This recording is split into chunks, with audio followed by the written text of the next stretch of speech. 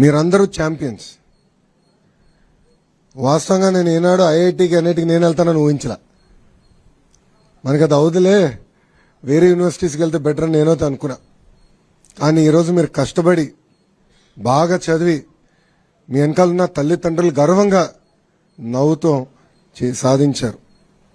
అందుకే మిమ్మల్ని అందరినీ ఈరోజు ఛాంపియన్స్ అని పిలుస్తున్నా.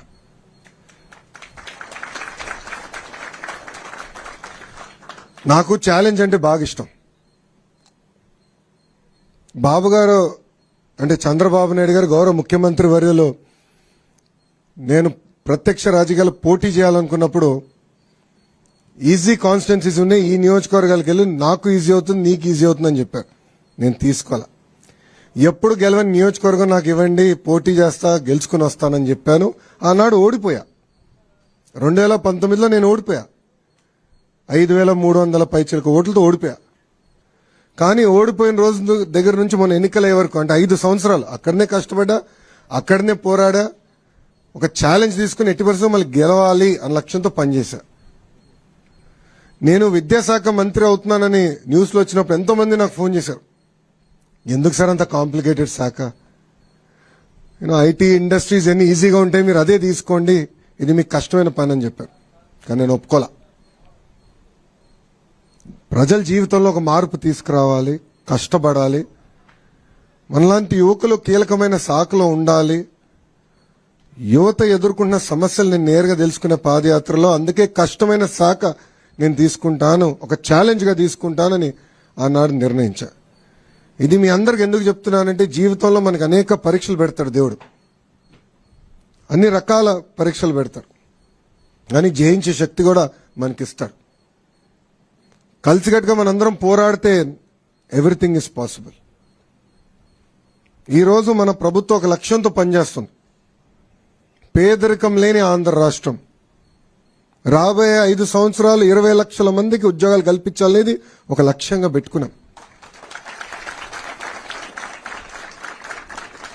నేను ఇతర రాష్ట్ర మంత్రులతో మాట్లాడా, అమెరికాలో ఉన్న లెఫ్టినెంట్ గవర్నర్స్తో మాట్లాడా.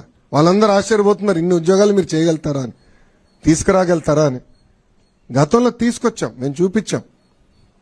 గతంలో 5 సంవత్సరాల్లో దాదాపు 7 లక్షల ఉద్యోగాలు తీసుకొచ్చాం. సో ఒక లక్ష్యంతో పనిచేస్తున్నాం. దాంట్లో భాగంగా కేజీ నుంచి పీజీ వరకు విద్యలో సంస్కరణలు తీసుకురావాలి, మార్పు తీసుకురావాలి లక్ష్యంతో ఒక బాధ్యత నేను స్వీకరించాను.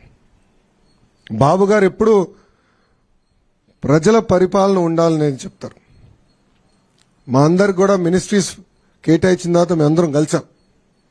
ప్రజలు ఎదుర్కొన్న సమస్యలు మీరు తెలుసుకోండి, ప్రజల సమస్యలు మీరు పరిష్కరించండి అని చెప్పారు. నా నంబర్ నువ్వు ఎక్కడ సంపాదించావు నాకు తెలియదురా స్వామి. పెట్టాడు, ఆ రోజు బాధ కలిగింది. ఏదో దీనికి సొల్యూషన్ ఉండాలి, ఏం చేయాలని ఆలోచించాం. నాకు మెసేజ్ పెట్టినండి, నేను ఇమ్మీడియట్గా నా ఓఎస్డీ గారు చెప్పా, శశి సార్ని లేపాను, ఎటోగా సొల్యూషన్ ఎతకాలి. అప్పుడు నిధి గారు ఏకంగా జేఈతో డైరెక్ట్గా మాట్లాడి ఏం చేయాలి, పరిష్కారం మార్గం ఏంటని ఎత్తుకాను. 2-3 సార్లు మీతో మాట్లాడడం కూడా, ఏంటి వాట్ ఈస్ ద సొల్యూషన్ అని. సో మన అందరిలో ఆ శక్తి ఉంది.